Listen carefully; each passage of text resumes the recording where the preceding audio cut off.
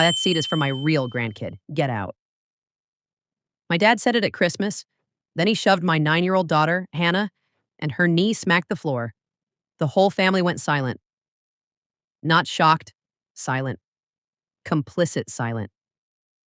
I'm Megan, a single mom who spent years shrinking to keep the peace, but watching my kid hit hardwood flipped a switch. I helped her up, reached into my bag, and slid a legal folder onto the table. No speech, just 4 words. You've been served. Am I in the wrong? If it were you, would you stay quiet or fight back? Comment below and subscribe for part 2 today. I walked into my parents' house carrying 2 casseroles, a gift bag, and a forced smile you only learn in families where love is conditional. The dining room looked like a holiday catalog, garland everywhere, pine candles trying to cover up old resentment, and my sister Brooke acting like she'd personally invented Christmas. She'd ordered matching sweaters. Hers fit perfectly. Mine looked like a punishment. My daughter Hannah tugged her sleeves over her hands, eyes scanning the room like she was measuring where it was safe to exist. At the head of the table sat my dad, Richard, holding court like the fork was a scepter. Right beside him, of course, was the special seat, the one that always got the best plate in the first refill. My niece Ellie, 5 years old and already a pro at winning adults over, was perched there like a tiny queen. Everyone called her Grandpa's girl, like Hannah was some kind of visitor. Richard started with his jokes. Blood's thicker than eggnog, he said, clinking his glass toward Brooke. Brooke laughed too hard.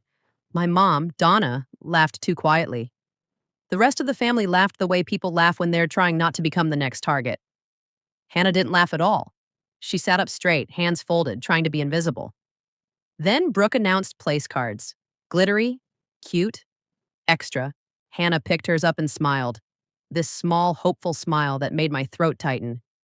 She walked around the table not trying to steal anything, just trying to sit down like she belonged. And because the universe loves cruel timing, her card was at the special seat. She reached for the chair. Richard's face changed like a switch. That seat is for my real grandkid, he snapped. Hannah froze. The smile fell off her face. Get out, he added, at a 9-year-old. And before I could even process the words, his hand shot out and shoved her shoulder. Not a nudge. A shove. Hannah stumbled back. Her foot caught the rug. Her knee hit the hardwood with a crack that made my stomach flip. And then the room went silent. Not say grace, silent. Verdict, silent. Forks, midair, someone's napkin sliding to the floor. My aunt made a tiny, oh, like Hannah had spilled milk. I was moving before my brain caught up. I got Hannah up, one arm around her, feeling her little body shake. Her knee was red, already swelling. She clung to my sleeve like I was the only solid thing left in that house. I looked around. Adults, family, witnesses, and nobody stood. Nobody said, "What is wrong with you?" Not even my mother. I bent close to Hannah's ear and whispered, "I've got you." Because she needed one adult to say something true. Then I reached into my bag.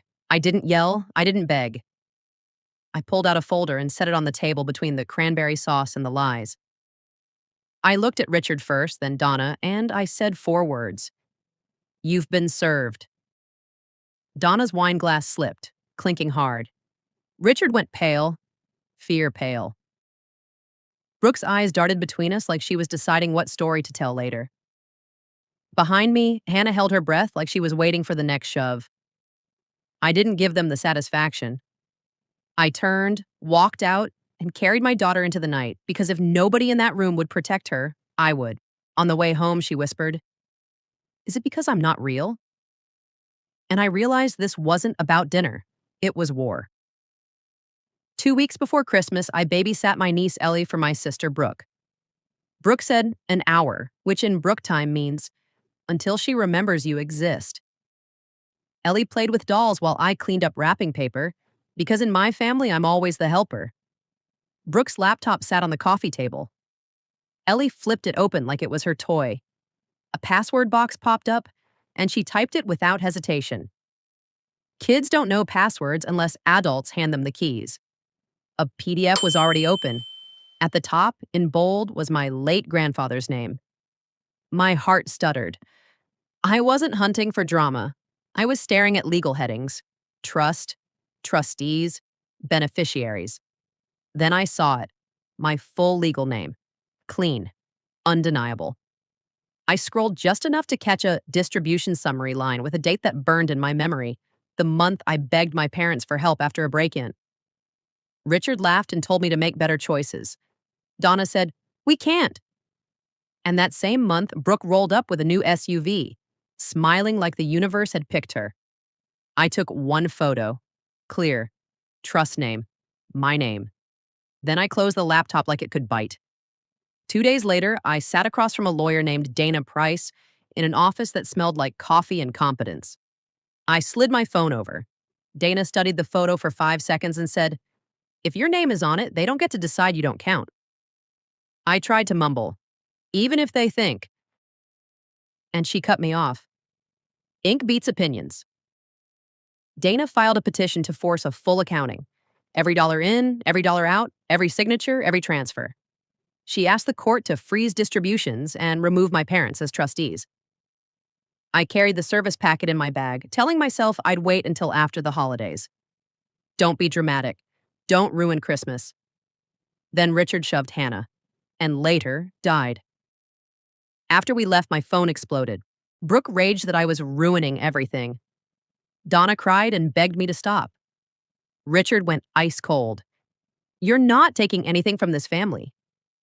Nobody asked if Hannah was okay. At the first hearing, their attorney tried to turn it into a bloodline debate. Dana stayed calm. "Her name is on the trust," she told the judge. "Trustees have duties." The judge ordered records preserved, money frozen, and the full file produced. When the paperwork finally arrived, it didn't come with one big confession. It came like consequences do: steady, relentless, impossible to ignore. Dana slid a snapshot from the trust administrator across her desk. Trust principal at my grandfather's death, $480,000. Intended split 50% to me, 50% to Brooke. My share should have been $240,000. Then Dana tapped the next line: current balance $38,000. I felt sick. She showed me the distribution list: big withdrawals labeled education, medical, vehicle, support. Like theft becomes wholesome if you pick a cute category. Brooke's down payment, Brooke's car, family expenses. Meanwhile, I'd been told, "We can't help." And then I saw the approvals column. My mother's signature. Not once, again and again. By the next hearing, Dana didn't chase their insults. She gave the judge numbers, duties, signatures. The judge ordered repayment. My $240,000 plus interest, legal costs and penalties, $368,000 total. Richard looked stunned. Brooke went rigid. Donna stared at the table. For the first time in my life, the paper won. But even after the judge ruled, one question still sat in my kitchen like a loaded box. Was Richard even my father? Did that change anything? The paternity kit showed up in my mailbox like a threat wrapped in cardboard. Their lawyer sent it after the case started moving, like, "You want court? Fine. Prove you belong." Dana told me not to touch it. "Not for court, not for them," she said. I listened until the judge ruled and it was handled. That's when the doubt got loud. Hannah was at the kitchen table doing homework, lining up her pencils like order could keep the world from shoving her again. I heard Richard in my head: real grandkid, real family. Like those words were a stamp he could press onto people. I didn't want his stamp.